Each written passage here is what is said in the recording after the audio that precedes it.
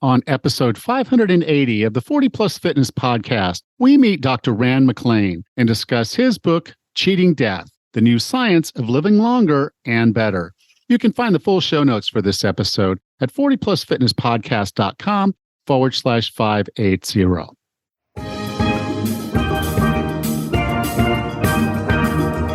Have you decided you're ready to make a change? To reclaim your health and fitness? The 40 Plus Fitness podcast is here for you. Each week, we dive deep into health and fitness topics that affect those of us over 40. I'm Coach Allen. I'm an NASM certified personal trainer with specializations in corrective exercise, behavior change, performance enhancement, and fitness nutrition. A Precision Nutrition Level 1 coach, a FAI certified functional age-linked specialist, and an OTA Level 2 online trainer. Each week, I'm joined by our co-host, Coach Rachel. She is an NASM certified personal trainer and a RRCA Level 1 run coach. Let us be your coaches as you find your way on your health and fitness journey. All right, let's go.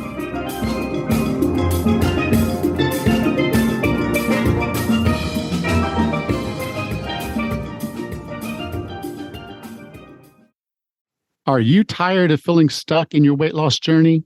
Do you find it difficult to know if you're training effectively? Are you frustrated with the slow pace of progress? If you answered yes to any of these questions, then it's time to take action with 40 Plus Fitness online personal training.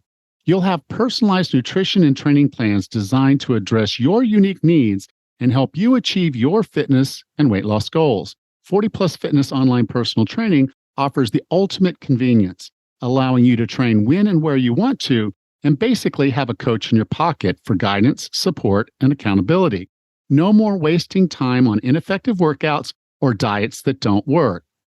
Take the first step toward a healthier, happier you by scheduling a free discovery call with me at 40plusfitness.com/discovery.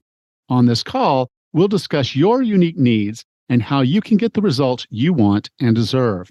And best of all, you'll leave this discovery call with a plan of action. So what are you waiting for? Book your free discovery call with me today by going to 40plusfitness.com/discovery. Results start with this click, 40plusfitness.com/discovery. Hey, Russ. Hey, Alan. How are you today?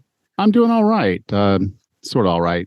We have a dog. We have two dogs. You guys probably heard me talk about Buster and Angel before. Mm-hmm. But yeah, Angel took a spill this morning. She's having issues with her hips, and as a result, she loses her balance. And if she gets kind of on uneven pavement, she kind of loses it a little bit. So she ended up falling into a ditch, and it's really kind of slowed down her ability to, she really can't even stand up hardly with her back legs. So I pulled out this wheelchair I bought her. She hasn't been in it yet, but I got her all hooked up in it, and she took to it pretty well as far as that she knows she can walk. She'll learn some other things, like she's got to be mindful of where the wheels are because she got herself stuck and a little frustrated with that. But so, yeah, it's a trying day because, I feel bad now that I have to put her in the wheelchair for her to be able to be mobile and get out. And it's going to, mean probably something we're going to have to make a decision on in the next few months rather than maybe the next couple of years about her quality of life and where she is. And so that's a tough one, but I've got the wheelchair for her now, and I'm going to start teaching her how to get out and move around and use that, and hopefully start going to the bathroom while she's standing up because she won't normally do that. But so there's a little bit of that, but I got the wheelchair together. It was actually a puzzle. It was an interesting little puzzle.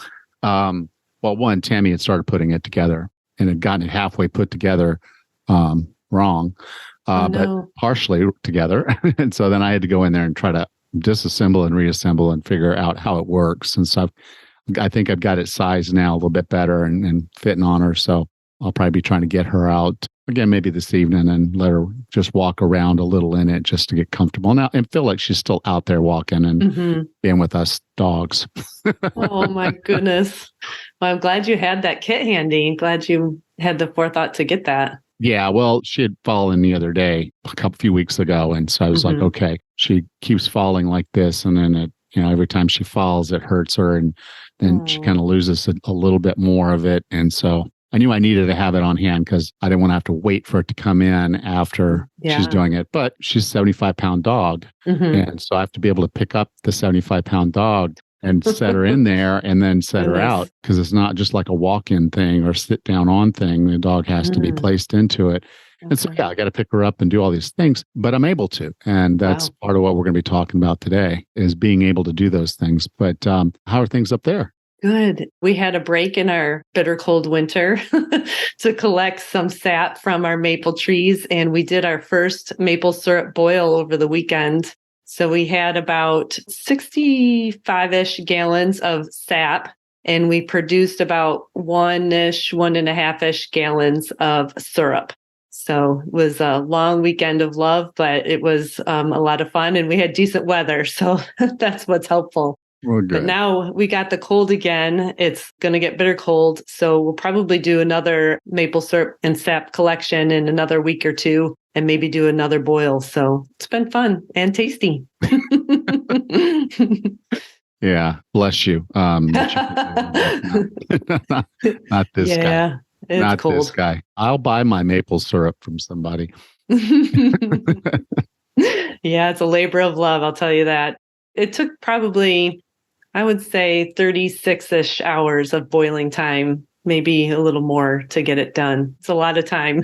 And that's not something you just set and forget. You got to be on it, don't you? Yeah, we got to keep feeding the fire. It's outside. It's a lot of wood burning. It's a big process. Got to keep an eye on it, because the worst part would be not keep an eye on it and have it burn. There's nothing like going through all the time and hassle and then having your maple syrup burn. So, yep, got to keep an eye on it. All right. Well, are you ready to have a conversation with Dr. McClain? Sure. All right. Despite being repeatedly told it was impossible, our guest today was accepted into medical school at the age of 37. He earned his medical degree at Western University and completed his internship at the University of Southern California's Keck School of Medicine residency program. He has worked with some of the best and original innovators in sports, rejuvenative, regenerative, cosmetic, and family medicine. He works with elite athletes, celebrities, CEOs, and anyone else who wants to make the most of what's available to optimize their health. He is a media staple with frequent appearances on TV, radio, podcast, and online features of all things health and longevity.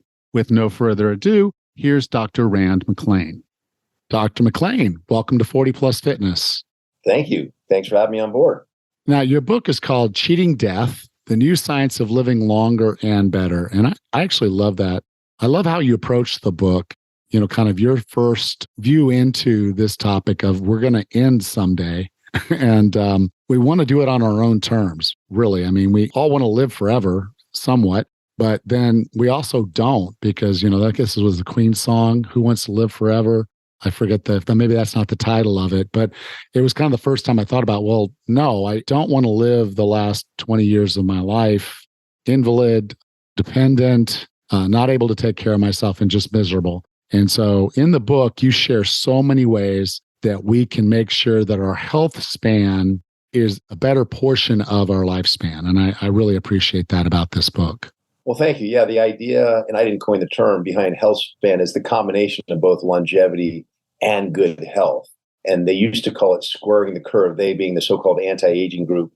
The idea that you continue, okay, you might not be hitting your personal best like you did when you were 20, but you're close in your 70s. And I mean that sincerely. I mean, if you look at some of the statistics at this point in time, meaning with the data we've collected, say, as of 15 years ago, the difference between your personal best at 20 and your personal best at 70 isn't that big until shortly after 70, and then it hockey sticks the difference, right? But I think my point is that's old data. I think now we might find that occurs at age 85, right?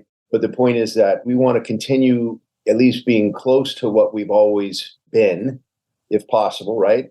And then one day we just don't wake up, right? I mean, that's the ideal, that, you keep going great until, the end comes. So, and as far as the book, Cheating Death, believe it or not, the name came up as a suggestion from a group that was helping me put the book together. And I vetoed it immediately. I was like, come on, that's so kitschy. I come on. Yeah. But then they convinced me, hey, at least we'll get somebody's attention, and you want them to read the book, right? So, and I think you find in the book, I say, hey, we're obviously not going to beat it. As you say, we're all going to come to that end, but certainly to improve our time, while on the planet, and make it the best we can be is an achievable goal. and a worthy one, right? I've never met anybody, and I used to be a CPA before I was a doctor, so I can say, presumably I'm honest and conservative. Never met anybody who came into my office or otherwise and said, "Hey, if you can give me another 20 on the back end, it doesn't matter. I'll sacrifice my health for it." No, it's the other way around. Yeah. And, and there's two ways to look at it. You got the younger crowd that wants to go out like the rebel, blazing and going. And then, of course, we get past 40, we start saying, okay, well, I'm not doing the blazing and going out really quick, but I also don't want to have a long, slow fizzle. I want to do something about this. And so many of us, we're not in the shape we want to be in. And so we're actually looking at, okay, how do we actually now not only just live out, but how do we improve our health, improve the quality of our life, and then go forward with that? And a lot of the things we're going to talk about today are going to get into those things we can do today to start improving our health and our health span. I literally wish I could just sit down and talk to you for hours because the book was so deep. There was so much in there. It's just a great opportunity if you want to improve your health overall. It kind of does that too. And again, the health span. We're going to dive into some of the things we just on this show haven't talked about before. One of them is called NAD+, which I always screw up the scientific names because I didn't go to medical school and I didn't learn the language, but so it's nicotinamide adenine and dinucleotide. Did I do okay? That's the reason why we abbreviate it, right? Just NAD or NADH. Yeah. Easier. So what exactly is that? Why is that important? And how, if we need to, how do we improve our levels? So it's simply a mechanism by which we can transfer energy, specifically electrons, right? So when we convert food into usable energy, the transfer that we call them redox reactions, reduction and oxidation. And yeah, I'll avoid going into the weeds like we talked about. But roughly, for people who remember their high school physiology, what my generation used to call the Krebs cycle is part of that. I think they call it now the citric acid cycle. But again, the bottom line is it's converting food into usable energy. This is part of the process. NAD is used in the cell, in the cytosol, as well as people may remember it more as part of the mitochondrial transfer of energy. This electron, when NADH is converted to NAD, that transfer occurs. Anyway, enough of the details, but the effect is to do a lot of different things besides just transfer energy. And one of the most popularized items on the list of things that NAD does is to activate the sirtuin genes, specifically one of them. There's several, but the idea being that when you activate sirtuin genes, you initiate this process of autophagy. And autophagy is not in the sense that you might be talking to your clients about, repairing muscle tissue, but really this is repairing cellular function from everything from making sure the DNA or the recipes plural, for all the processes is intact. You don't have spaghetti. So I use the example of the cell being like a kitchen. You're producing these proteins and things that help the cell, the body in general, from a cellular perspective, do what it's supposed to do, including messaging between cells. If the recipe's got tomato sauce spilled on it or whatever, and the dishes aren't clean, well, eventually the process of producing the right foods goes awry. So you need a time to clean up the kitchen, clean up the recipe book itself. Again, in this analogy, fixing the DNA, which can get disrupted, mutated. And again, there's garbage that's produced. Again, going back to your high school chemistry, the lysosomes are what most people recognize as the garbage cans of the cell. But there's some misfolded proteins that have to be addressed, et cetera, et cetera. Again, I'll avoid the weeds, but this process of autophagy puts everything back in order so that we operate properly. And another analogy would be if we don't do that, the cell, looking at the cell, each individual cell like a car, if we haven't fine-tuned the car, not only does the car itself not operate, but it's poisoning all the surrounding cells, right? The exhaust isn't what it's supposed to be, and it can poison the surrounding cells. So sorry for some of the bad analogies, but for those who aren't interested in the really detailed aspects, that gets the general idea across, I hope. No, this is basically getting rid of the clunker cells and replacing them with new cells. And so autophagy is basically just getting rid of the almost dead cells that are not functioning the way they need to. So when we give our body what it needs, and we're going to talk a little bit more about sleep in a minute, because that's another one. But when we start giving our body what it needs, then it's able to get rid of those clunkers and build new, better cells. And as a result, our health improves. Yeah, and the process is twofold in the sense that initially we'll try and repair it, clean up the kitchen, right? or fine-tune the car, whichever analogy you want to use. And if that's not possible, and the term uses the senesced cells, the ones that have gotten too old to function properly, they're too broken, then yeah, they can actually be destroyed as part of this autophagy. And that's a good thing. And we can recycle a lot of the materials from that cell to make new and better cells. So yeah, that in short. Now, you asked me is our best way to generate NAD, and you'll love this, I hope. One of the best ways is exercise. I say one of the best. It is the best, right? Why? Because we're, again, using food for usable energy. Well, what do you do when you exercise? You're using some energy, and you create a lot of NAD, more so than you would if you were to take supplements. So hands down, I just want to make the point, exercise is your best source of creating NAD. Now, there are other ways of doing it. If you're not an exercise buff, fasting, which is a big issue these days. I don't want to call it a fad because it's been around forever. But a lot of attention fairly recently has been given to fasting. That's another great way. There isn't any, to further the kitchen analogy, there isn't any food to be made, to be prepped. Somebody says, okay, well, we might as well clean up the mess while we're not working here. And so that initiates autophagy. And of course, yeah, to address some of the other ways, you can take oral forms of NAD, you can take intravenous forms of NAD, but there's a lot of controversy still about how much of that is used. Particularly with oral forms, you're going to absorb a lot of it. It's going to, I don't want to say stopped, but it's going to hit the liver first and maybe not go much further. Now with IV NAD, you're pretty much overwhelming the system. And I would argue that it's going to get well beyond the liver. And that might be a more effective approach depending upon what you're using it for. Yeah. So let's dive into sleep, because I think everybody knows sleep is generally important for us to feel good. But there's a lot more going on when we're asleep than just resting. Can you talk about why sleep is important for health span? Sleep is probably, I would argue, second most important to health span of all. And yet, I'm sure you would agree, and probably most listeners would say, yeah, I pretty much take that for granted. A lot of us go through life, particularly in our 20s and 30s, as we're making our way, so to speak. And of course, in my generation, back in the 70s and 80s, people that were doing that actually boasted about what little sleep they got. Do you remember those days? You're Yeah. Maybe not old enough, but well, no. I actually am, because I was also a CPA, and I can tell you when I was in college and studying for the exam and doing my thing, it was like, okay, I need to study. I don't need to sleep. And I even played, to tell you how crazy I was on this passing the CPA exam, I literally had cassettes, and I would have the cassette playing by my bed when I went to bed. And if I woke up in the middle of the night and the cassette had finished, I'd turn it over. Yeah, it's like 4 hours of sleep was plenty. I was working, I was going to school, I was getting things done. I was still exercising. I was still doing a lot of things to try to keep at that mid-20s body alive and moving. But yeah, you're right. Sleep was not a priority. And the whole concept was, I'll sleep when I die kind of mindset. And that actually is closer to the truth than we actually want to admit at this point in our life. Well, and you could get away with it back then. And not to get off of the topic of sleep, but you hit on the one that I think is, and I'm not alone, the most important would be, we'll call it exercise, because that's how you referred to it. I call that the great equalizer. But movement, which encompasses exercise, or however you want to look at it, I'd say is even more important.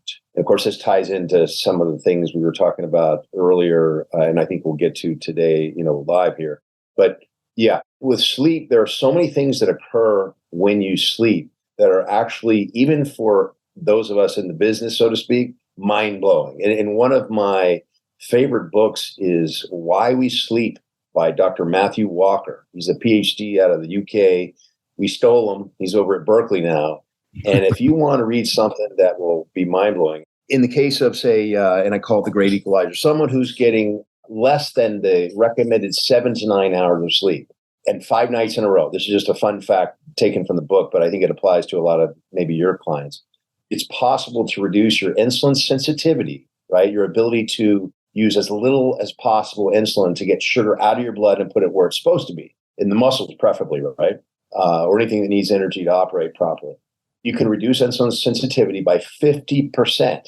That's the difference between fantastic health and being possibly even a big blob. When insulin sensitivity goes awry, arguably this metabolic dysfunction is the linchpin for top 5 causes of morbidity, diseases, and death in the United States and other industrialized countries, right? So that's just one thing out of, I would say, hundreds at a minimum that occur during sleep.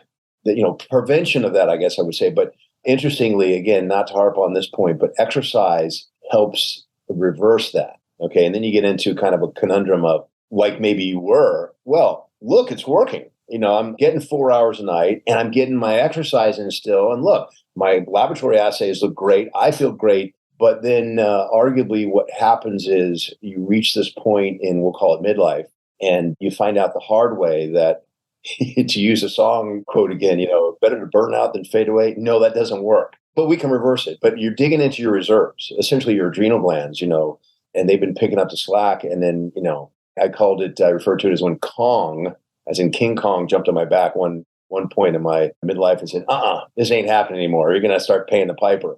And that's something, if we can avoid, we don't run into it, but certainly understandable at the earlier age that, you keep getting away with it, just like any kid would do. You figure, well, I can, and I keep doing it. But sleep, there are so many important things that occur during sleep to keep us in the game and keep us healthy. And I just pointed out and was long-winded about it. I realized just one aspect of hundreds that occur while we're sleeping. Without it, I would argue 100%, unless you're one with a very, very rare gene mutation. There's a couple of them, actually, that allows you to get away with 5. And by the way, again, stop me if I'm getting too far into the weeds. All stages of sleep are important, but the most restorative sleep for the body anyway, the organs, whatever, is the deep sleep, the non-REM, where you're really, really operating in slow brain waves, for example, is so important. Without that, you're not going to optimize your health, and you will not get the most out of health span, hands down. Well, like we were talking about NAD, this is the big cleanup. This is when your brain cleans up. This is when your body says, okay, we're shut down for the week. In the sense of the shop, the restaurant, it's like, we can do a deep clean. We can pull all this stuff out. We can do all of this extra work and make this place pristine again. So when we reopen, we're that much better off. But if you don't have that full time because you're opening back up tomorrow, you're getting your 4 or 5 hours of sleep, then you didn't give your staff time to do the deep clean. And over time, the restaurant starts looking dingy and it's not operating as well. And speaking of that, and not to necessarily tie it into the food aspect of a restaurant, but we'll go with it anyway. But the GI, for example, I find this with my patients and personally, if you start shorting yourself in sleep, and I don't have any scientific proof, but having worked as a doctor of Chinese medicine for a while, I can say the Chinese several thousand years ago recognized that there's actually a timing that goes on. And so the first part of the night, you might be working on cleaning up. We'll use the kitchen example. You're cleaning up the area of the dishes, the cooking, and then you move to the cutting block area. If you skip that last part of sleep, you're missing that part of the kitchen, so to speak. And again, I don't have any scientific proof behind this part. I just go with what I've seen in patients and what I've read and studied through Chinese medicine. Those that suffer from constipation and other digestive upset, it's that last part I find in whether it's 7 to 9 hours, whether it's an hour or 2, the last part, if you're shaving that off, that the GI doesn't get swept out, cleaned up, right? And that's one of the first signs I find is IBS, we call it. And the typical symptoms are, just your GI system's in a state of wreck. You've got gas and sometimes pain and what we call borborygmus, tenesmus, whether it's constipation or diarrhea or alternating incomplete evacuation, et cetera. I find that's one of the first things to start going on you if you don't get your full amount of sleep. But also, again, when it comes to certainly motivating patients who want to have great body composition, stay fit, it's not just a cleaning up situation. And a lot of athletes don't realize this, and I'm sure you can attest to that in what you do. You write the prescription for muscle improvement, whether it's, gaining muscle, gaining strength, improving body composition, coordination, whatever it is you want to talk about during the workout. And then, of course, eating properly during the day is part of writing the prescription. But you fill that prescription at night. And now we're talking about athletic sense of repair, not the cleanup part, but actually repairing the muscle, we say, building it back up, making it better for the next workout. And if you skip that, it's not going to happen. I can't tell you how many times I've seen it in practice where somebody will come in, an athlete with his gallon jug of water, He's got over his shoulder his meals for the day. He's got that part nailed, but he's working where I come from. We say working like a Jamaican, 3 jobs, working hard and getting, 4 hours of sleep. And by the way, one of those jobs is like a UPS worker. So he's consistently staying active. It's not like he's resting. And when you wonder why he's not getting anywhere, and I have to have that conversation like we're having now. Hey, you got to get your sleep. Otherwise, you're wasting your time. So yeah, in that vein, because again, you're right. As a trainer, I see it all the time. And it's a constant conversation I have with my clients. We can look at how you're recovering, and that's going to give us clues to how you're doing overall with all of it. And so the 3 key pieces, and I guess I'd call them 4, but 2 of them kind of align. The first is we got to have the stimulus. And that's the work we do either in the gym or at home or whatever we're training. When we're doing our training, we have the stimulus. And then the nutrition is where now we're providing the fuel. So we're refueling the glycogen tanks and we're providing protein for muscle synthesis. And then we get to the recovery part. And like you said, if it's someone who's go, go, go, go, go, they're not hitting a recovery level. And then if they're not sleeping, they're definitely not going to recover. And so they find their workouts start to suffer. They're not putting on muscle. They're probably even putting on fat because the whole go, go, go, go, go is now firing up their adrenals more often than it should. So the workouts are actually now a stress on top of a stress on top of a stress. And so again, that's why I kind of get to the sleep and the recovery being as important as the stimulus, the work. And when you can align the work, the nutrition, and now again, the recovery and sleep, particularly the sleep, you kind of set yourself up for that opportunity to take that spiral that may have been going down and turn it up. Well, since you teed me up with a little bit of additional information there about the adrenals, let me just add too that, in reference to chronic cortisol release, one of the signs you'll see with clients and patients is they will lose subdermal fat, subcutaneous fat, in the extremities, and yet start to collect it around the abdominal area. And you go, wait a minute, how could I be losing fat, on my arms and my legs, but it just won't go away in my abs? That's because the cortisol that should not be released, you don't need the extra release of energy that cortisol stimulates. It's for fight or flight. And so it's saying, here's the energy, you got to run. Well, we're not running anywhere, right? And so all you're doing is redistributing the fat. And it's very simple. I mean, if you look at patients that have Cushing's disorder, right, where they've got an overabundance of cortisol being produced because of a pathology, that's a telltale sign. The fat is being deposited centrally on the back of the neck, but certainly around the midsection, and yet they have nothing on the extremities. And this is what is being self-induced by, the stress that's incurred by not getting enough rest. And of course, you wake up in fight or flight mode because you're not what you were the day before, because you haven't given yourself the chance to rest, and you worked out hard. So you put yourself down in that hole even more, and it's a downward spiral from there. So you can imagine, and they're easy to spot, right? You can see them, when they come to you. I don't know why I'm doing everything it was right, me. I mean, I'm working, I'm a corporate job, I'm doing well. I'm like, but I still have this pudge. And I'm like, well, I know why I have this pudge.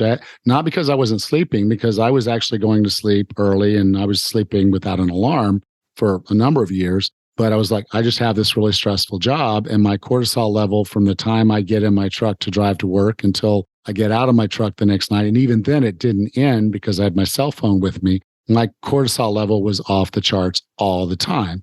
And I even had it tested a few times. And the doctor was like, your stress is pretty high. Was it the C-reactive proteins kind of high? And I'm like, yeah. So I quit the corporate life. I know everybody can't do that, but I can tell you that sleep was a game changer for me. Was I optimal? No, but it was tremendously different than before I really got my sleep dialed in.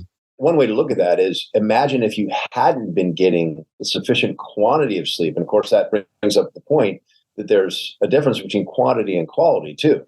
Yeah. Again, not to go too far afield, but you might be getting what appears to be 8 hours of sleep during the night. But if you've got sleep apnea, for example, which is far more prevalent than the HMOs anyway will recognize, okay? And I'll leave it at that, but it's underdiagnosed. Then the quality isn't there, especially if it's severe sleep apnea we're dealing with. You're almost better off not getting 8 hours sitting there doing basically your cardio while you're sleeping. And no, it's not the same as getting it during the day. So no, if you're listening and you think, well, I'll just cut out cardio during the day because I'm getting it at night. No, it's not the same thing, not even close. But you are stressing your body in certain similar ways, and you're making it even worse. So, you got to be careful when, for example, you're looking at your Oura ring or anything that measures your sleep, and you're thinking, or just looking at the clock and saying, oh, wow, that's great. I got 8 hours. That's half the battle. The other half is it quality sleep? Am I waking up thinking about work the next day? Am I lightly sleeping rather than getting my deep sleep and my proper amount of REM sleep? Am I getting up, 6 times a night to urinate because something else might be going on? Anyway, my point being quality and quantity are important. Yeah. So now let's dive into exercise and health span a little bit. In the book, you got into aerobic versus anaerobic, and you talked a little bit about flexibility. Why are those important, and where should we be spending our time if health span is really the direction we want to go? Well, movement, the word movement is included in the very definition of life, right? So you could argue just from that standpoint, we got to realize up front it's important. But what we're finding now is that there are 2 types of movement. And we could use all kinds of semantics here. There's exercise, what we would consider formal exercise plans, like what probably you put a lot of or all of your people through, versus just, let's say, gardening or going for a walk. And to put it in terms of aerobic and anaerobic might be helpful, or maybe in terms of the heart anyway. Zones, zone 1 through zone 5 is probably the most popular breakdown of the various zones, which really reflects more intensity, but also whether we're using oxygen as part of the process of getting energy from food that's usable or not.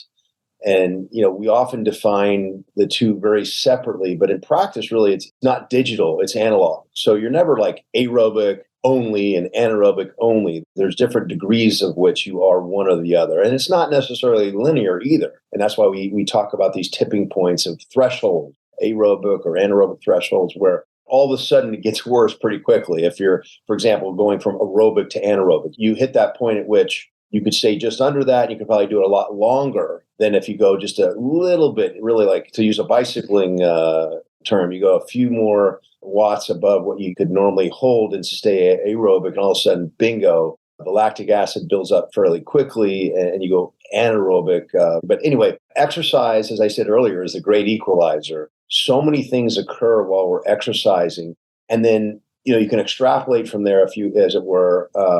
The most recent research shows that there is a definite correlation between muscle strength as well as muscle mass. I believe that when you parse it out a little bit more precisely, there's more to muscle strength than there is to muscle mass, but of course they come relatively hand in hand to a certain degree. And then also VO2 max. And the reason I bring this up is because these are considered more or less opposite ends of the spectrum, where you're building muscle mass by doing the high intensity stuff, which tends to be anaerobic, and you're building VO2 max up by doing the aerobically demanding exercise. And one more differentiation I want to throw out there too is there's a difference between exercise for, let's say, body composition goals or running a marathon or something like that, and what we sometimes refer to exercise. And the reason I'm rambling on like this is because we are talking about semantics. I'm just trying to give more definition to the distinctions.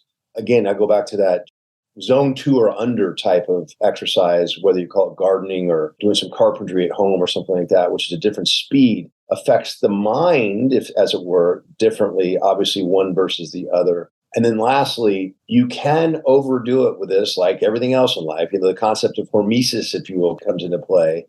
And I'll never forget, I won't name a name, and forgive me if it's too easy to guess, but I remember meeting someone when I was much younger who was a very accomplished athlete, one of the first to run the Ironmans and be very successful and held many records. And I remember looking at him and going, oh my goodness, he's 36, I believe it was. He looks like he's 63. And I don't mean that in any way pejoratively, but I just remember thinking, wow, that's not what I expected, because this guy's so accomplished. You would expect, like we all expect, exercise is fantastic for you, and you're doing all the right things, presumably, to be able to be that good at it. But no, you can overdo it, and literally, too much oxidation can weather you. And there's a limit as to how much you can do. And there's that sweet spot, I guess I want to say, that you're looking for. And so hormesis, if you're not familiar with that, is just basically a term. We're applying a stress to our body. So the workout itself is a stress. And as we do that workout, that stress, we'll call it a positive stress, or eustress, as they say. It's a positive stress on the body. And basically something that is kind of the term, if it doesn't kill you, it makes you stronger. That's true for some things, but not everything. But the principle is, if we do something that stresses ourselves a little bit, our body has the opportunity through hormesis to get stronger. And so we do weightlifting where we're lifting weights that are just right at the threshold of what we can lift. Our muscle works. The communication of the body is, hey, we need this muscle to be a little bit stronger next time, so that we build more muscle. Again, if we're getting the stimulus, the nutrition, and the sleep, that's how this whole model works. And to kind of go into your aerobic and anaerobic understanding, it's more like this. If you can move around and have a conversation like Dr. McClain and I are having right now, we're sitting still, so we're in a lower threshold, probably closer to 0 than 1, but we're having this conversation, and we can have a great conversation and long sentences and just keep going. But if we were getting close to the threshold where we started moving anaerobic, we wouldn't be able to have a conversation. We would start to get to the point where it was difficult to talk because we're not able to bring in enough oxygen. So our body has to switch over to not using oxygen for energy. So if we were both going for a good fast run and he wants to beat me and I want to beat him and we're running hard, we're not going to be able to have a conversation. We're going to be focused on running. So if you start feeling like you're getting winded when you're doing something, you're approaching your anaerobic threshold. And maybe one corollary to the idea of hormesis is, the poisons in the dose, right? Yeah. So let's dive in, because I think a lot of people will say, I want to lose some body fat. My doctor keeps telling me to exercise more and eat less. And so I want to lose some of this body fat because my doctor keeps telling me I'm fat or that I'm overweight or that I just need to lose a little bit, And I step on the scale every time I go to visit this guy. So yeah, it's going to happen again if I don't do something. So I want to lose some body fat. What is the better way to do this? Aerobic or anaerobic? Because most of us are going to hit the cardio machines and be cardio bunnies to try to lose this weight because it's burning calories, right? Right. And of course, people will say that in that zone 2 or below exercise, where it's aerobic, right, we find that you are burning fat for fuel, preferentially over muscle glycogen, right? By definition of certainly when we go anaerobic, right? You harped on earlier, we're going for muscle glycogen. And this is where, the great debate starts. And I would argue, though, it finishes in back to high school physiology, right? Aerobically, and I ask the question to people all the time, and you already know the answer, so it's not fair to ask you the question, but you ask people, if you're trying to lose fat, or let's keep it more broad, if you're just simply trying to get rid of energy, do you want to be inefficient or efficient with your calories? And people almost invariably say, I want to be efficient. And no, it's the reverse. You want to go broke, right? So you want to pay high prices for your goods and services. You don't want to be efficient. You want to be inefficient. What's the most inefficient way to burn calories? The anaerobic method that your body uses is by far the most inefficient. As we have studied it still today, if you're into the anaerobic cycle, you are getting 2 to 4 units of energy, ATP, per calorie, okay? We don't need to go into the weeds of 2 to 4 and what's happening, but it has to do with the fact that it's not a pure system, and there's different things happening in the cell, okay? But anyway, aerobically, you're getting 36 to 38 ATP, units of energy per calorie. Well, obviously, aerobics is way more efficient. You're getting a lot of energy for each calorie, okay? So, yeah, you see a lot of guys in the gym and gals. Obviously, when I say guys, I'm a Southerner, so I mean guys and gals by just saying guys, doing their cardio, LSD, I call it, long slow distance, which, yes, while you're on the treadmill in that zone 2 or below, yes, it's true. You are burning more fat. But over a 24-hour period, you're definitely burning through calories more, which is part of the equation, literally and figuratively, by putting on muscle mass in your workout.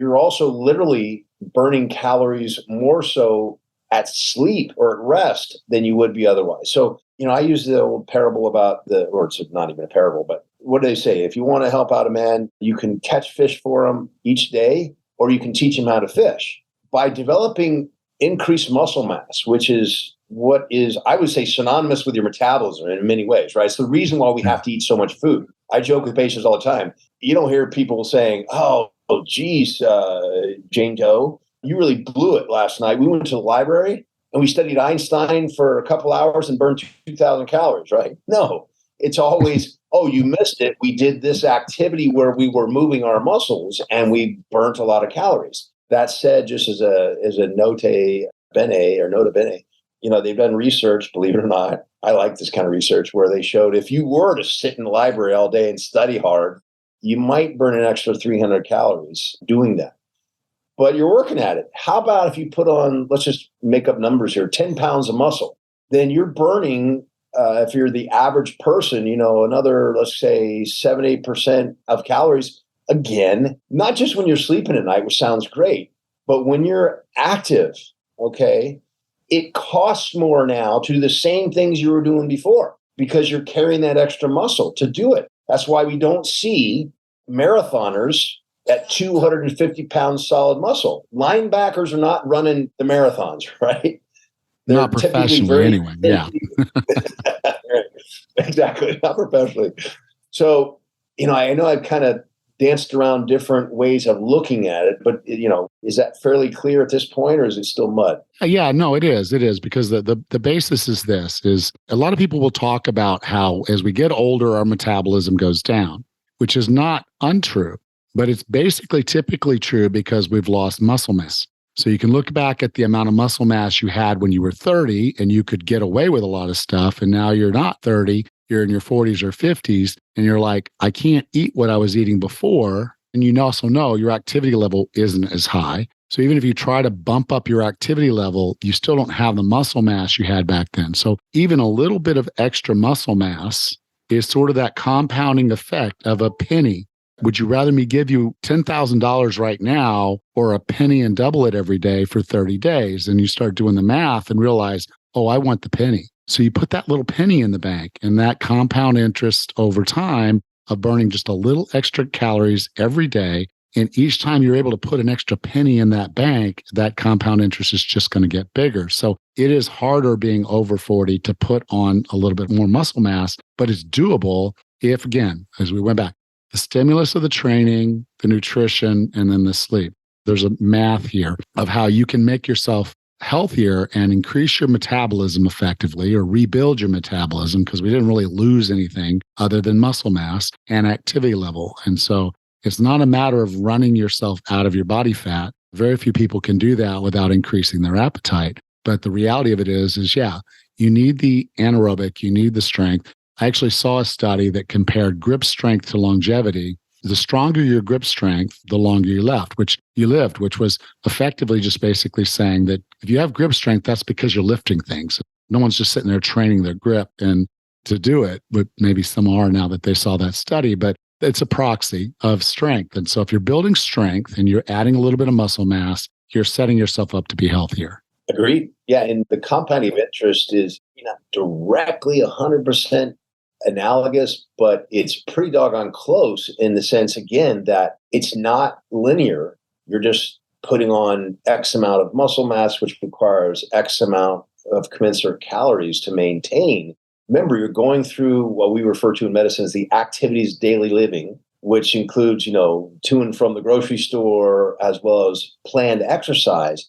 And so that is leveraged considerably. Maybe you could even say logarithmically. Maybe that might be a little extreme, but certainly that compounding effect is there because of that. Again, the example being that, when you used to burn, let's say you go on the treadmill for an hour and you do your LSD and you burn 500 calories. Well, now that you're 10 pounds heavier, you do that exact same workout, okay, for an hour, but now you're burning 650 calories. That's a compounding effect. Agreed? Yeah, it is. And the point being is what I've found is if you're doing the right things for your body, you have more energy. As a result, you're moving more just in daily life. So that they call non-exercise thermogenic NEAT activity. It's basically just the other stuff you're doing during the day. So you won't have a problem. You won't want to feel like you need to park at the closest parking space to where you're walking.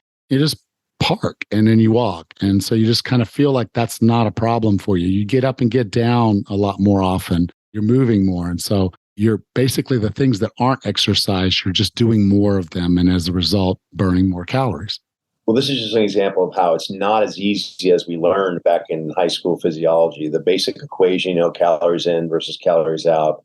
And we could speak about this for hours, but just to throw that out there, that there are so many other factors involved in the so-called basics, and you're touching on one of them. The other one I like to mention too is with weightlifting, typically, or anything high intensity, I shouldn't just limit it to weightlifting, but the HIIT, we call it, there's a concept called the afterburn, a lot of people refer to it as, where not only are you not producing as much cortisol, which we've agreed is, on a chronic basis is bad for you, but as you would say when you're doing endurance work, particularly, anything zone 3 to zone 5, but you can only stay in zone 5 for so long. So I don't want to make that sound like it might be an endurance work, but you can bounce in and out of zone 5 and do endurance work. I'm just trying to be technically correct. But God, I lost my train of thought. What was I going to say? Well, the cortisol drops after that intense workout. Oh, I was talking about the afterburn, though. And that's been proven in studies showing that, particularly when you perform your exercise in the morning,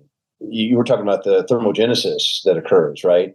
Yeah. That's part and parcel of doing your HIIT during the day as opposed to doing, your hour or two on the road on your bicycle. Very different. And again, another reason for doing stuff, not exclusively, but definitely including it. And we're going back to that age-old thing about, if my doctor wants me to lose some fat, I better do my cardio. No. That's part of it. Don't forget about the other part and the reasons behind it. I'm just adding there are a lot of reasons that aren't necessarily public and pushed, but there's a lot of nuance to it that we don't always talk about. Right. I mean, and because I love where I live and I have this walk that I like to take and the beaches just get prettier and prettier as I walk. So I'll go for long walks. It's just because I enjoy doing it and I want to be able to keep doing it. So having that long, slow cardio and having that stamina and capacity to do that, that's important to me. Being strong and able to lift the things I need to be able to lift, that's important to me. Being able to get down on the floor and get back up, that's important to me. And so let's talk just a little bit about flexibility before we move on. Sure. And just to leave that last section behind with one added note, we've been focusing on the body composition aspects and the strength relating to longevity, health span, et cetera. But the other factor, and I got to give credit, I think, I want to say it was to Dr. Gupta, Sanjay Gupta. He's pretty famous, right? Yeah, kind of. In his most recent book, he makes a good point about what about mental health too, right? It's more than just physical health. We want the mental health. And there are plenty of studies that support that long walk you were just referring to being good for mental health, not just what we refer to as the mind, but the brain, the physiologic mechanism that we attach to the mind, good brain health, whether it's the production of BDNF or just reducing inflammation in the brain altogether. Those walks are essential. And he actually, I think, believes, or he states that it's a non-negotiable part of his day. So there's more to it than just calorie burning, these zone 2 or below efforts and the long walks you were talking about. Yeah. Anyway, in terms of flexibility, that is one that I've been asked before, and I tell myself often enough, if I had to do it all over again, if I could go back and talk to my 21-year-old self or even my 12-year-old self, it'd be even better. Rand, focus on flexibility. Do not let that one go. And a lot of us are guilty of this, particularly those, maybe a little bit more type A and intense and maybe even hypomanic, like myself, where, it was like, I always thought, I literally would say it to some of my coaches, like, are you kidding me? We've got 15 minutes left to practice. Let's do some more X, whatever the sport was, heavy duty, high intensity stuff. I don't want to quote unquote waste time stretching. Come on, man. And fortunately, to some degree, when you're younger, the fascia doesn't get as inflamed and scarred up. I mean, it's like so many things. Time passes and, the barnacles, no matter how much the ship is either in port or moving around, it's going to get barnacles, right? And who knew? That's how I look back and I go, gee whiz, if only I had known better. But yeah, to your point, there's another doctor who I love listening to, Peter Attia. I don't know if you've ever heard of him, but he has something, I think he calls it the Centenarian Olympics, where he's got these different exercises that are linked to longevity or health span, that if you can do them, great. You should do better than if you can't. And a lot of it has to do with functional movement. And without the flexibility, you are going to be dysfunctional to different degrees, right? You could be the best kung fu artist, right? Really strong legs, hips, and you can throw your leg out at the bag or the person, whatever. But if you can only raise it as far as the knee, well, you're limited to how well you can throw that kick, right? So maybe that's a terrible example, but my point, flexibility is absolutely essential. And, there's more and more study coming out. I read a study recently about the importance of fascia, which you will be keeping supple and flexible with your exercises of flexibility. And this fascia is very important. Without it, we'd just be this sack of muscle hanging on bone. This fascia keeps everything in place, right? And allows, for example, that covering allows the lymph system to work more efficiently. And the lymph is activated when we do any sort of movement or get a massage if we're lucky enough. So flexibility is one of those things that gets overlooked. Often, I don't want to say it's ever too late, but it's not the sexy thing that we look for when we think of somebody who's doing his Olympic lifts and throwing 200 kilos overhead in a snatch. You go, well, that was all about power, not flexibility. Well, that's actually a great example, a sport where it looks like it's all about strength, but no, man, is it about flexibility, because it's about moving your body properly and efficiently to get the most out of your muscles. I hope I'm not getting too esoteric here, but one example of many where flexibility is so important. And yet we don't think of it that way until we really get into the nitty gritty. Right. So you're sitting on the toilet and you drop the toilet paper and it rolls out a few feet from your foot. Can you reach down and grab it? Or are you standing up and trying to bend over to pick up that toilet paper? This is a real life thing. This is right. Well, I love it. I love it. Yeah. So again, it's just one of those things of how well do you move, because we're going to always need to move. And so mobility and flexibility are allowing you to move through the full range of motion the way your body was intended to move. And unfortunately, I had an office job for decades. And so, tight hips, tight calves, those types of things. I need a mobility practice. One of my mobility practices, which, is going to come off as kind of weird, but I have 2 dogs. And so I'll get up in the morning, I'll start my coffee, and then I'll go sit down on the floor. It's a tile floor, and I don't have to have a plan to get up. So don't ask that question. I do. I get up. But I can just sit down there, and sitting on a tile floor is not the most comfortable thing in the world. So I shift around a good bit, but I'm shifting through and stretching while I'm petting my dogs. They love it because they're getting direct attention at their level. I love it because I'm just able to kind of start my day with a very relaxing, wonderful moment with my dogs. Plus, I'm stretching. I'm on the floor, just moving around. If you've ever tried to just sit still on a tile floor, it's actually not that comfortable. So you just naturally squirm around. You naturally move. And so I'll do that kind of regularly. I mean, almost every day I'm sitting down having that time with my dogs while I'm waiting for the coffee. And that's a part of my stretching. So it's not like I took an extra 15 minutes out of my day to go do stretching. This is 5 minutes while I'm waiting for coffee to brew, that I'm just sitting down on the floor, moving around, getting just good movement in my legs. I've been asleep. So, just not too fast, not too aggressive, just moving around and letting my legs kind of, and my whole hips and everything just kind of get moving. And so it is a function of your life. And the more you can be more mobile, be more flexible, I think that's a big part of all of this. Would add to that too, and I can't take credit for it. An ice skater that I met many, many years ago told me about this, and it was actually to a different end. She was talking about how she developed her glute muscles. She and her mom, who was also a skater, would get up during every commercial break when they were watching TV. And let's not get into whether TV watching or not has value, but anyway, the advertisements, I would argue, have zero value. Well, they made use of it, and this was back in the day, 40 years ago, when television spots were even longer, I think. At any rate, like you say, instead of sitting there, because you do want to watch the football game, let's say, television is worthwhile, I would argue in that example, but get up and stretch, right? And make that time useful instead of sitting there like a bump on a log. So just another example where you can throw it in there and then it's not wasted by any stretch of the imagination. Absolutely. Let's take just a couple minutes and talk about stem cell therapy and particularly these Muse cells, because I wasn't familiar with those before I read your book. And I think this therapy actually has a huge amount of promise, particularly for people who have injuries or illnesses and they're trying to repair their body. Can you talk a little bit about those? Sure. Muse cells are a relatively new discovery.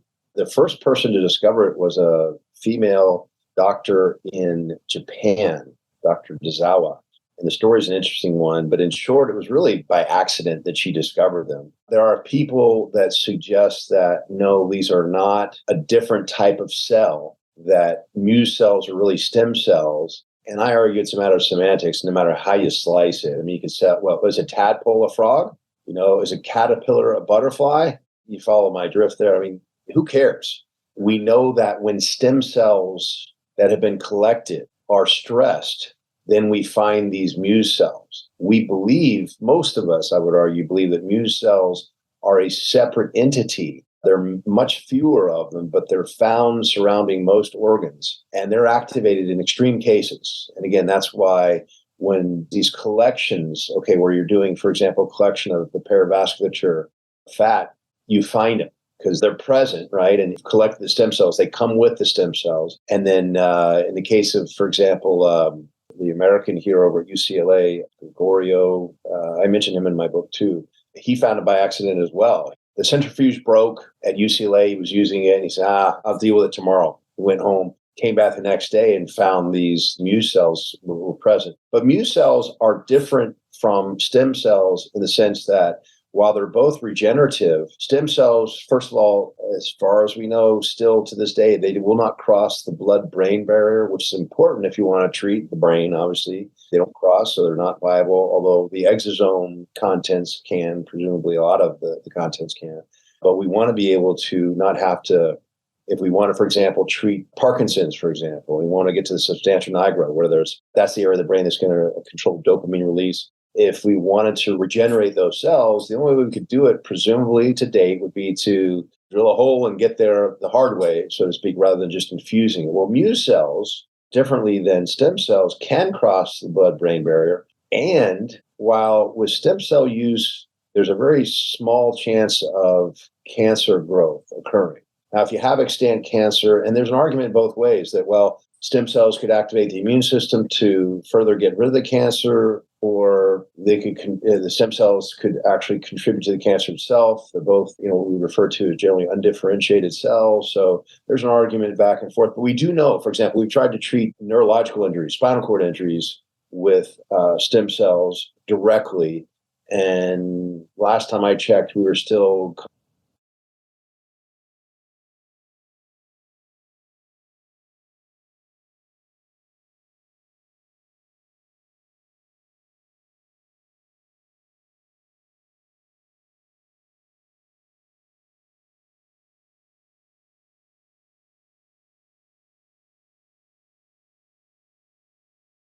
powerful in their effect, certainly based upon the ratio of how many we have versus what they can do. So that the potency seems to be better, but they seem to be more efficient. They seem to be Mother Nature's last effort, and so it's our best effort. And while we really haven't advanced the medicine here, it's simply because I would argue most of the research, and you can look it up online, at least when I did in writing the book, was written in Japanese. There were probably about 100 articles when I started looking into this. And I owe Robert Harding kudos he was the one that told me about this. And then I'd say of those 100 articles, probably 90%, so 90 or more were which doesn't do us much good. Yeah. And if you go online today, you won't find much in the way of Muse cells. But I think they are the future. They're fairly easily obtained. And in the same way stem cells can be used, they don't have to be autologous, in other words. You don't have to have your own, because they essentially don't have, we'll call them fingerprints, and therefore the antigens where your body would look at it as something different and attack it perhaps. Muse cells have no potential there. So we could use Muse cells from one individual for anybody else. And that's a pretty big advantage too. Yeah. And so I think this is just, as you start thinking about, upcoming things, this is just a part of science that really, I guess, what they call it, the better life through science. This is maybe one of the big opportunities that's sitting in front of us. It's hard because there's some ethical considerations, but they are doing some work on it. So it's something to be aware of and know that it's going to probably be coming. There are, as you said, clinical trials that are going on throughout the United States and around the world. So if you're dealing with something, you can do a little bit of research on it, try to find, I think you called it clinicaltrials.org or something like that. That was a website people can look up and say, okay, where are they doing clinical trials for the thing I'm dealing with regards to stem cells or mu cells, and see if you can get into one of those if that's something you want to pursue. Well, and just because you bring up the word ethical, I'm sure you're referring to a very different subset of ethics than what most people think of when they think of stem cells. Initially, we were talking about embryonic stem cells and the collection of said cells from fetuses. That is not the case, okay? And this is a sore spot for me and many in this field, because there's been a lot lost in translation since then. From whatever groups you want to point to, there was a backlash initially because of the ethics behind harvesting these from aborted fetuses and whatnot.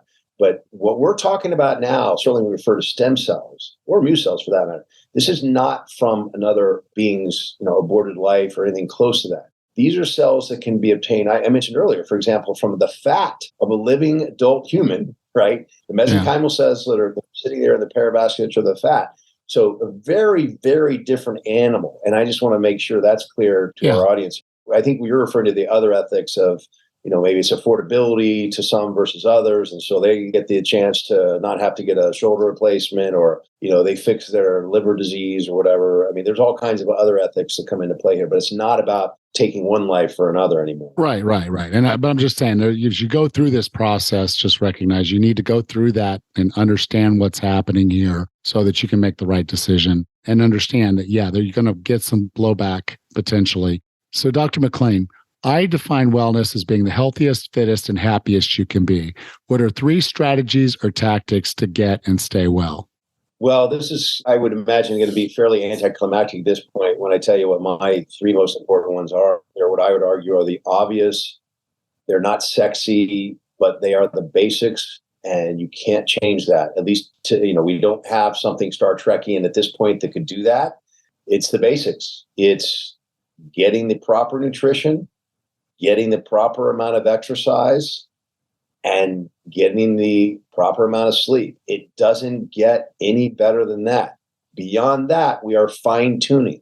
Without the basics, we are not fine-tuning. Or I would argue, you're fine-tuning 70 to 72% rather than 98 to 100%.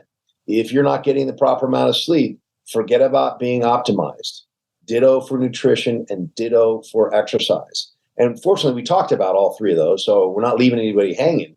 And I do mean to use the term, appropriate amount. And that amount, by the way, not to start up a new conversation, but it's different for everybody. If anybody tells you, for example, there's one way to eat, there's only a certain, nutritional program that you should be on. I mean, this, run away. I mean, come on. Everybody's different, starting from the way they chose their parents to the way they live their life, their age, where they live in the United States, et cetera, et cetera, et cetera. So you got to find, that's where a lot of work is involved. You can start with any one of these diets. And if I had to pick one, not to be contradictory, but I think there are some good starts for most people. But, that would be the Mediterranean diet. But to further my point, I mean, I use the example, most people, if you gave them, amphetamine, speed, they would be up. If you gave them a big enough dose, they might be up for a couple nights in a row, rearranging the garage and then doing that again, but there are some people with ADHD, for example, that are normally, kind of high strung. You give them enough of amphetamine and they'll actually fall asleep. So my point being, to apply that to diet, there are still good ways to start it out. But, I would argue that the furthest thing from a Mediterranean diet might be a ketogenic diet. And yet there are people that are eating only fat, the ketogenic diet, or mainly fat, and they're staying in ketosis, where they are way better off than if they were doing a Mediterranean diet. And of course, one thing I didn't mention is, aside from the way you chose your parents, where you live, how old you are, what are your goals? Some people want to run, 5 and 10Ks, every weekend. Some people want to be, very strong. Some people just want to be able to get in the garden every day. So just one other aspect of deciding what the best is for you. Now, with sleep, it's a little bit more concrete, cut and dry. As we said earlier, and Matthew Walker points this out, but it's not his opinion. He's culled the research. 7 to 9 hours, unless you're one of these very, very rare individuals, is where your sweet spot is. It might be 7.5 for you. It might be 8.5 for me. And that might change depending upon the season and how much we train, et cetera. But that's our window. That one's pretty easy. And of course, we emphasize quality early in the discussion. And then exercise, we got into this in detail too. Not only is it about your goals, but it's not just about physical goals, it's about mental goals. But that's one that is very different, I would argue, also, much like diet, depending upon your age, where you are in life, et cetera, et cetera. And again, the fun part of all this is, well, I would say it is simple, but it's complicated, right? And so you're not going to get bored trying to figure this out. And I would also add that once you do, because it took you a year to do it, well, you're a year older and you might have to change it just because you've been on the planet longer. So I would look at it as fun as you can make it. As one additional side note to all this, we have things like the Oura ring I'm wearing here, my iWatch or whatever they call it. We have a lot of tools that can collect data. There's a lot of apps that can help you with nutrition, for example. And while that is not an exact science, it's not precise enough to be accurate, arguably the calorimeter only gives you, sort of close to what we're looking for data. But it helps make it more fun for a lot of us. I mean, I would argue you and I as CPAs would love MyFitnessPal because it gets into the nitty-gritty of every little thing that passes your mouth, and you can have a plan. And while it may not be as accurate as we'd like, it's precise enough to head us in the right direction. And I would argue that's what makes it that much easier, because it is that much more fun and viable that way. Yes. Dr. McClain, if someone wanted to learn more about you and learn more about your book, Cheating Death, where would you like for me to send them? Well, Cheating Death is available, they call it pre-sales, I guess, on Amazon right now. The book is officially released March 7th. Yeah, that's today. So please, and I would appreciate anyone's feedback, good or bad, about the book. Anyone who's ever written a book will tell you the same thing. It was a lot of work. A lot of what I put in the book was chopped out. They call it killing your babies. What a horrible term. But, it was also what I would say, I don't want to say dumbed down because that's not fair, but I had a lot of intricate processes that I illuminated in the book and had fun doing. And they said, nope, nobody wants to, or I would say nobody, most people don't want to hear that, Rand. And then, it got excluded, and I spent a lot of time with it. But I hope it's informative for both the so-called layperson as well as the professional. We'll see. We'd love feedback, like I said. It is. Absolutely. PSR, Papa Sierra Romeo Med.com is our website. And hopefully that's got some good info on there. And then, of course, I've come into the 21st century, and I have an Instagram account and a LinkedIn and a Facebook that we try and provide updates on that make kind of fun too, little tips that might be helpful. Great. Well, Dr. McClain, thank you for being a part of 40 Plus Fitness. Thank you. It was a pleasure joining you and talking with you. Thanks.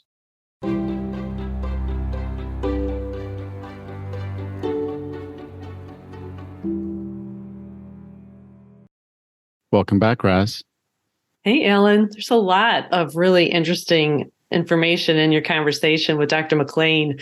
Cheating Death is a great title for a book, but it really does get me thinking, how old do you think you will live to, plan to, or would want to live to? What kind of age do you expect to live to? Well, most of us that are already in our 50s, like you and I are, in all probability, we're going to live till we're 100.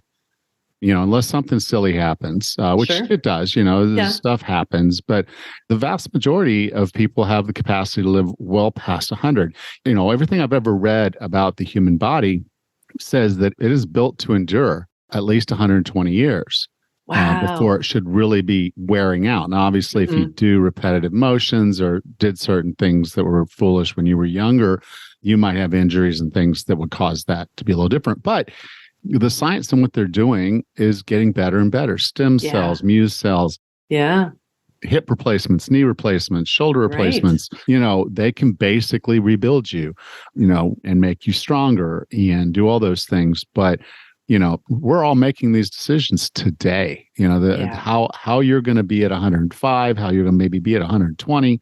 You're making the decision today. Yeah. Well, that's a great point. I have longevity. I've mentioned in the past, I've got a couple great grandparents who had lived to 103, 104. So I've had role models. Like I've had people in my life who I've seen surpass the age of 100. And they lived on their own in their own home until they were in their 90s. Again, this is a living example in my life. And so now that I've hit 50, I'll be 52 this year. I'm looking. So what do I need to do in the next 50 years to position myself to live a high quality of life? I want to be able to walk and move and do things like my great grandparents did. So what do I need to do to get to that point? Well, the independence part's going to come from your training, from your resting and that type of thing. So resistance training, maintaining grip strength, working on balance, because strength is a big part of that as well. Yeah. Just the basic stamina, a little bit of speed, those basic things, so that the joke goes, I want to be able to wipe my own butt when I'm 105. Right. And, a lot of people don't think that far ahead. They're not thinking, they're thinking health today. They're thinking fitness today. It's like, okay, I want to lose a jean size or a dress size, or I want to be able to run a little bit faster in my 5K tomorrow. And that's great. But also be thinking about, what does this do for your overall fitness later? Right. And that should also be something that's in there. And, it doesn't have to be what you're completely focused on now, but just realizing that your overall programming and things you're doing for yourself today are going to impact who you are 10, 15, 20, 50, 60 years from now. And so, you're making those decisions every day. Yeah. Well, you and I talk a lot about making fitness a part of our lifestyle, taking the time to go on the walks, runs, hit the gym, and do all these things. And even you and Dr. McClain talked about doing, HIIT activities and other cardio things, but also gardening and being outside and being active. And like over the weekend, feeding a fire for my maple syrup boil. I was on my feet all weekend long. So was Mike. So, I don't know. I like movement so much. It's very easy for me to incorporate that into my daily activity and how important that is. But that's not the only thing. You guys also talked about having good nutrition and sleep. You spent quite a bit of time talking about the importance of sleep. Yeah, it's come up a few times when I've talked to different people, Joey and then also Dave. We talked about that. Sleep is a big part of how they also see maintaining your health and fitness. And if you're not getting adequate recovery, the work doesn't really matter, is the premise. And in fact, if you're not getting the recovery, I'd go as far as to say the work could actually be detrimental because you're adding a stress on top of a stressed system. And so that's why it's so important is balancing the hormones, getting your body primed to do all the things you need it to do, cleaning the brain, cleaning your muscles, getting everything ready for you to be awesome the next day. It's important. And if we're not doing that, then we're setting ourselves up for problems. And, some statistics that have come out of podcasts not too long ago, in 30 years, people who are 85 years old, half of them are going to have Alzheimer's. Gosh, that's a huge percent. And so if you're over 50, I'm 57, is if you start looking at it and thinking, okay, well, that's not that long from now. Right. Basically 30 years. And I'll be 87. There's a 50% chance that I'd have Alzheimer's. And that's going to be my nutrition. That's going to be me making sure that I'm managing my brain health through sleep predominantly. And if you're not doing that, then you're basically just saying, I want to age faster than I have to. And by doing that, then you start to fall behind on the aging curve and it controls how fast you descend. And you could spend a long, long time in a bad place and just not die. Yeah. And so to me, the book title is great because it gets your attention, Cheating Death. But I would go even further and say, the way you cheat death is you stay healthy, you stay fit. And so, I would say embrace life, not sickness, because you could spend a long time sick and unhealthy and not doing the things you enjoy and not able to wipe your own butt. And those things, I know in my heart of hearts that the first time I have to ask somebody to open a jar of pickles, I'm doing something different, because I'm like, that won't happen again. I'm going to be able to open my own pickles. I'm going to be able to wipe my own butt. And, like your grandparents did, I want to be completely and wholly independent, and not just at 97. If I'm still alive at 107, and then I want to do that. If I'm, 117, whatever the number, wherever it is, I guess you can have some say in it, but in a general sense, it happens when it happens. And if you live a good, healthy life today, you're setting yourself up to be having a good, healthy life then. There's an interplay there. The faster you go down the curve now, the further down the curve you'll be then, and the worse that's going to be. Or the better you are to yourself today, the better you're going to be then, and the better your life's going to be then. And so it's just a function of making choices, and you don't have to be perfect. That's what's so cool about all this is no one's saying you have to live this perfect, life and do all these things just all the time. But the more consistent you are and the better you treat yourself, it's no different than a car or any other piece of equipment or anything. If you rat it out, you rat it out, it starts making noises that you didn't want it to make. It starts, creaking when you don't want it to creak. And then, warning lights come on all over the place when you don't want them to come on. But you take good care of your car, it can last you for a long, long time. You just got to take care of it and do the maintenance, get the stuff done, put good fuel in it, change the oil when it needs it. And just pay attention to what it's doing. It's no different with our bodies. Absolutely. It's really almost the same thing. If you take care of yourself, you're going to live longer and better. That's perfect right there. Just taking care of yourself. And you can expect a higher quality of life. Don't we all just want to have a better quality of life as we age? I would hope so, but sometimes I don't know. I don't know. I see it every day, and I'm like, for the love of God, why? Why are people still doing that?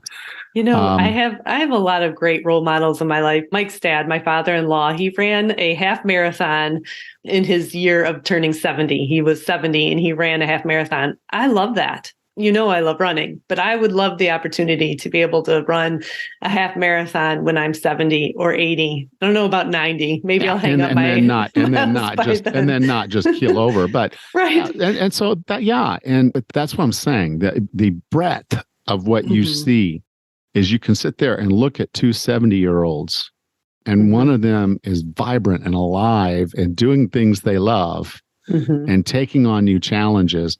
And the other is not. It's a challenge to get out of bed. It's a challenge to change your clothes. It's a challenge to go to the bathroom. And as a result, you don't leave your house and you don't live a life. And so, it was great when we were teenagers to skip out on school and sit home all day and watch The Price is Right. But when you're 70 and that's all you get to do, The Price is Right and Jeopardy, and that's your day, the two shows you're looking forward to, and that's all you get. It's not what I want either. No. And it's good. We all need to think about where we want to be at age 70 or 80 or 90 or 100. Like, where do we expect to be, and take the action to get to that point? I'm just to the mindset, act like you're still going to be alive. And then what would you do? What would you want that person at that who you are then to think about now and say, okay, well, I'm so glad I turned things around. I'm so glad that I did all those extra little things to get stronger and stay stronger. And I'm so glad that, I got sunshine and I reduced stress and I slept as good as I could and all those different things. And they all add up. And so it's not that you have to sit there and be perfect today, but all those little investments, all those little things pay off. They're like putting money in a 401k every paycheck, every day, just a little bit more, a little bit more, a little bit more. And all that little trickle just puts you in so much better place 10, 15, 20, 50 years from now. Absolutely. For sure. All right. Well, Rachel, I will talk to you next week. Take care, Alan. You too. Thank you. Bye. Bye-bye. Next time on the 40 Plus Fitness podcast, we meet Dr. Mason Mandy and discuss vein health. Until then, have a happy and healthy week.